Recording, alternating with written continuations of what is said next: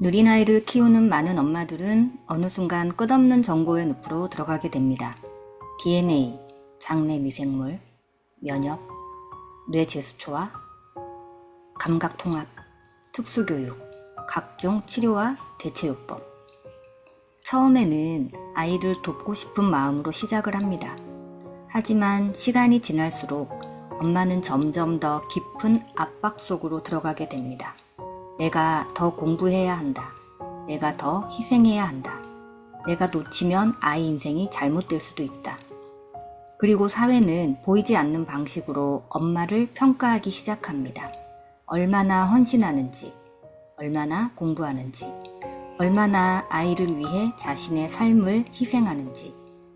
결국 많은 엄마들은 아픈 아이를 낳았기 때문에 나는 끝없이 내 에너지를 갈아 넣어야 한다. 이러한 죄책감 속에서 살아가게 됩니다. 하지만 문제는 그것이 해결의 과정처럼 보이지만 사실은 하나의 늪이 될 수 있다는 점입니다.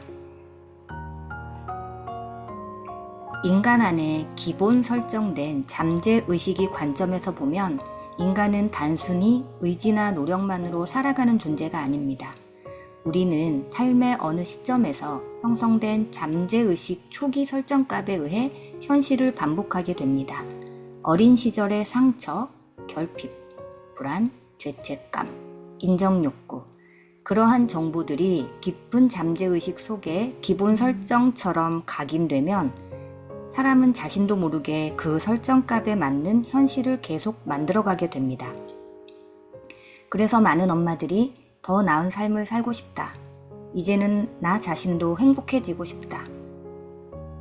이렇게 생각하면서도 결국 또다시 아이 문제 속으로 빨려 들어가게 됩니다. 반대로 아이 역시 성장 과정 속에서 엄마의 과도한 에너지와 불안으로부터 벗어나고 싶어 하지만 이번에는 성장하지 못한 우리가 아이를 붙잡게 됩니다.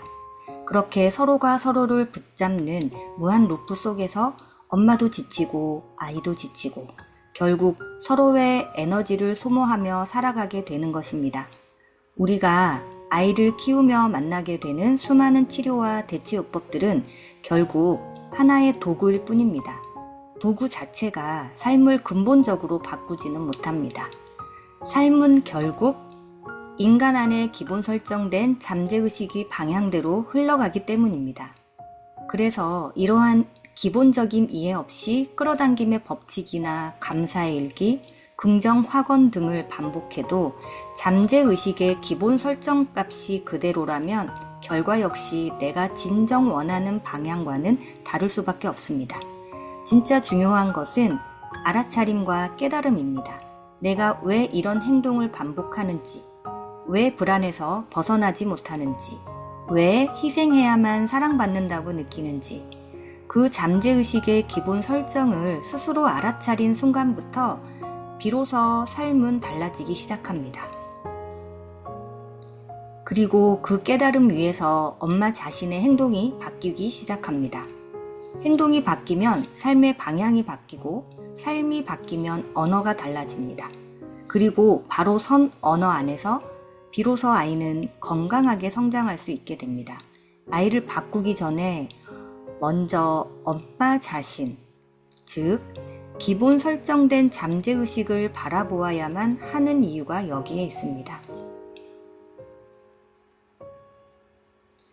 진짜 중요한 것은 누가 먼저 자신의 잠재의식을 알아차리고 삶의 루프를 끊어냈는가 하는 것입니다. 그것을 이해할 때 비로소 이 긴 삶의 게임 속에서 진정한 자유를 얻을 수 있습니다.